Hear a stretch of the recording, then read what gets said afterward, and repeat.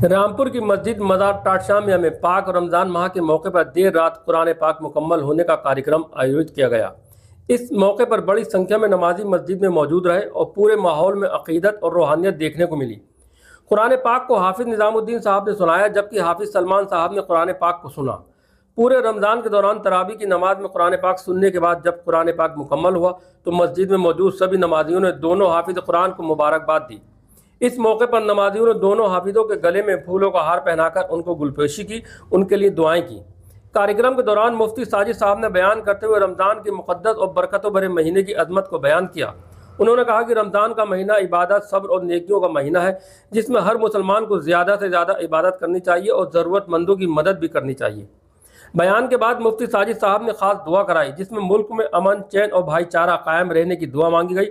साथ ही उन्होंने मुसलमानों से अपील की इस मुबारक महीने में ज़्यादा से ज़्यादा इबादत करें और अल्लाह से अपने गुनाहों की माफ़ी मांगें। इस मौके पर मस्जिद में मौजूद सभी नमाजियों ने मुल्क की तरक्की, अमन और खुशहाली के लिए दुआ की। जी साहब, आज कुरान पाक मुकम्मल हुआ है, क्या कहना चाहेंगे? भाई अल्लाह ताला का कलाम है, बड़ी अज़मतों वाली चीज़ है और मैं अल्लाह ताला का शुक्र अदा करता हूँ कि अल्लाह पाक ने हमें दोबारा फिर तौफ़ीक़ अता फ़रमाई है कुरान सुनाने की और आप लोगों को सुनने की। उसका जितना भी शुक्र अदा किया जाए कम है और दुआ करूँगा बारी ताला हमें ये बार बार मौका अता फ़रमाए। कितने पारे हुए और कितने दिन में मुकम्मल हुए? ये रोज़ाना जो है 10 दिन तक जो है 2-2 पारे हुए और आखिरी के 10 दिनों में 1-1 पारा हुआ और 20वें रोज़ 21वें शब में आज कुरान मुकम्मल हुआ है अल्हम्दुलिल्लाह अल्लाह के फजल से। क्या कहना चाहेंगे मुबारक महीने में मुसलमानों के लिए?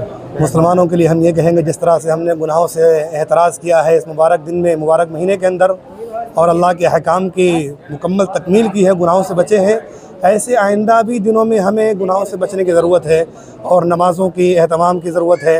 जिस तरह से हमने इस महीने के अंदर नवाफिल की, तहज्जुद के और दूसरी दीगर नमाज़ों का एहतमाम किया, इसी तरह से हमें और दूसरे दीगर दिनों में भी एहतमाम की ज़रूरत है। कुरान पाक मुकम्मल होने के बाद लोग नमाज और तरावी छोड़ देते हैं, उनके लिए क्या मैसेज है? मेरे लिए उनका यही हुक्म होगा कि हमने कुरान सुना है और कुरान मुकम्मल हुआ है, तरावियाँ मुकम्मल नहीं हुई हैं। तरावी जब तक रमज़ान रहेंगे तब तक रहेंगी और हमें कोशिश करनी चाहिए जब तक हमारी जो है रमज़ान का महीना मैसर हुआ है तब तक हमें मुकम्मल तरीके से तरावियों को पूरा करना चाहिए। क्या नाम है आपका? सलमान।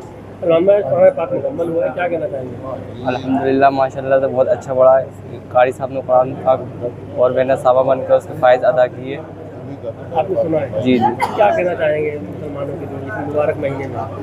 ये रमज़ान में अल्लाह ताला की रहमतें बरसती हैं, इसमें कुरान सुनना चाहिए सभी लोगों को दिल से।